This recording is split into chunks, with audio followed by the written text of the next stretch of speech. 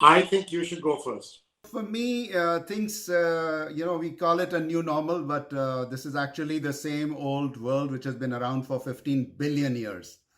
Some people like jargon, so it's VUCA, volatile, uncertain, complex, ambiguous.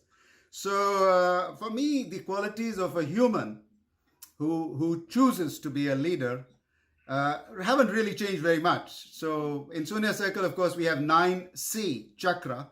I'll just make it simple, three, maybe four C's, and they used to appear on every slide I have ever used in the last 10, 15 years. The first one is, like Leonardo da Vinci said, and Einstein said, which is passionate curiosity, the desire to want to know your customer, yourself, your country, your planet. So, passionate curiosity is the first C.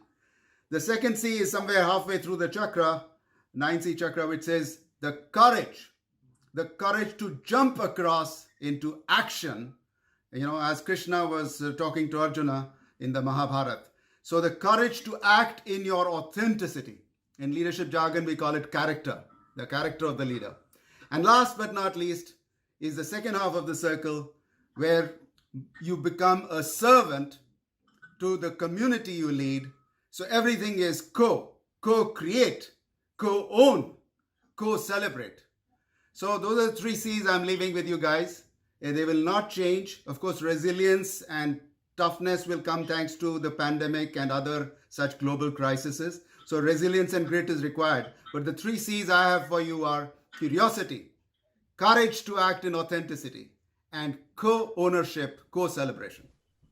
That's great. That's great.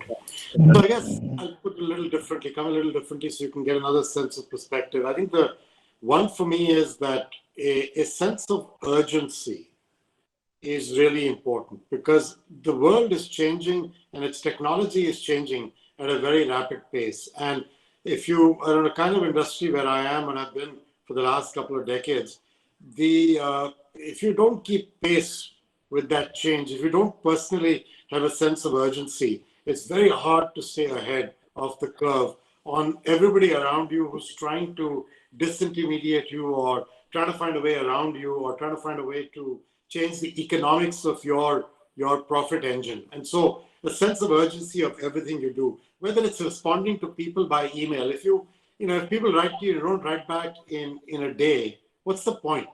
Or if they text you and you don't respond, what's the point? And so sense of urgency in all dimensions.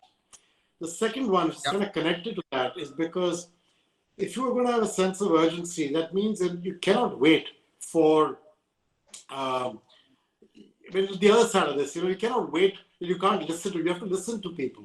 If you don't listen to people, you're never going to know enough. And so, knowing enough and sense of urgency seem contradictory, but in actual fact, they are not, because you have to find your way through both. You have to learn and yet have a sense of urgency.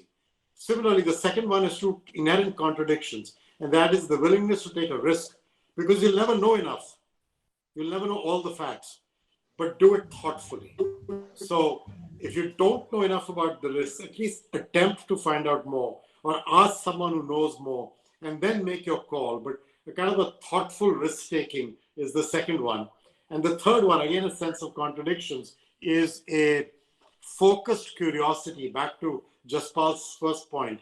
You need the curiosity, but you also need, as a leader, to be able to provide the focus for your people by prioritizing.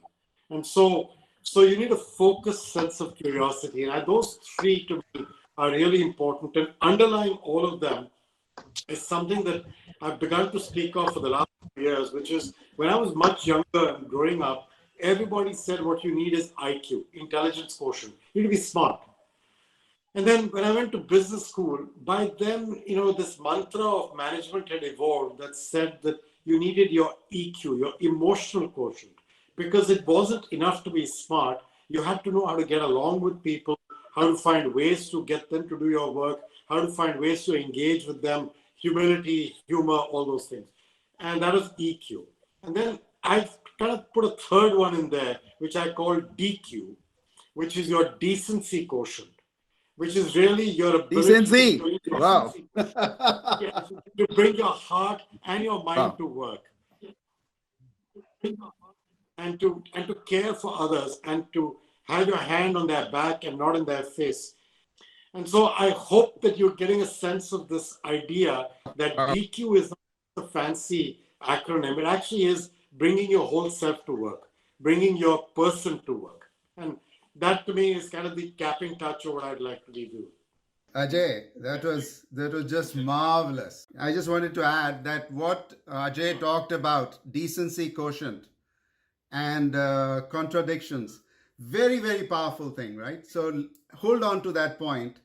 Why the 21st century is all about each one of us being totally comfortable with paradox. Hold on to that point. We can talk it later. I was just saying, Ajay, that I just wanted to call out the fact that you have lived your entire life with all these qualities you've just mentioned to us, the decency quotient, the sense of urgency, the sense of win-win for all stakeholders. So I just wanted to salute you and all the other leaders on this call.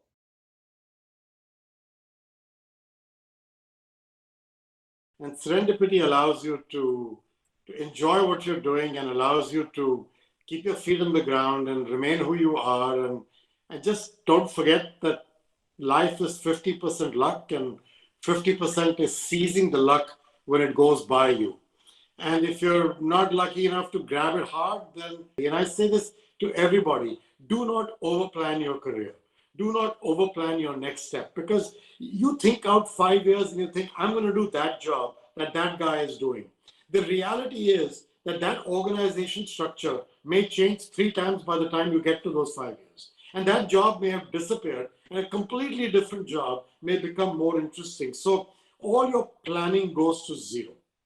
And therefore, much better is to take things as they come, take things a little bit with that little thoughtful risk-taking approach, and go with the flow and see where your life takes you. It's not a bad place to go. Yeah? The river takes you in interesting places, and rivers normally end up in a good place. Just go with it. And I think I would encourage young people to allow serendipity to drive their future rather than over planning in some way.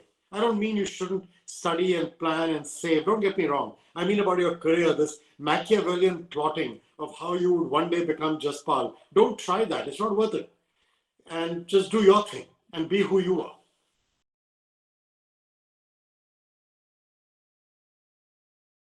Good news that whatever our elders used to give us as wisdom, or nature used to give us as wisdom, and one of those was what Ajay just said. Have a sense of humor. It will extend your life. It'll make you healthy. It'll build your immunity level to be able to fight pandemics like COVID-19. So sense of humor is critical, because life at the end of the day is just a play, and we must learn to play well and enjoy the game. Thank you, Ajay. Thank you so much, everyone. Wonderful. Thank you.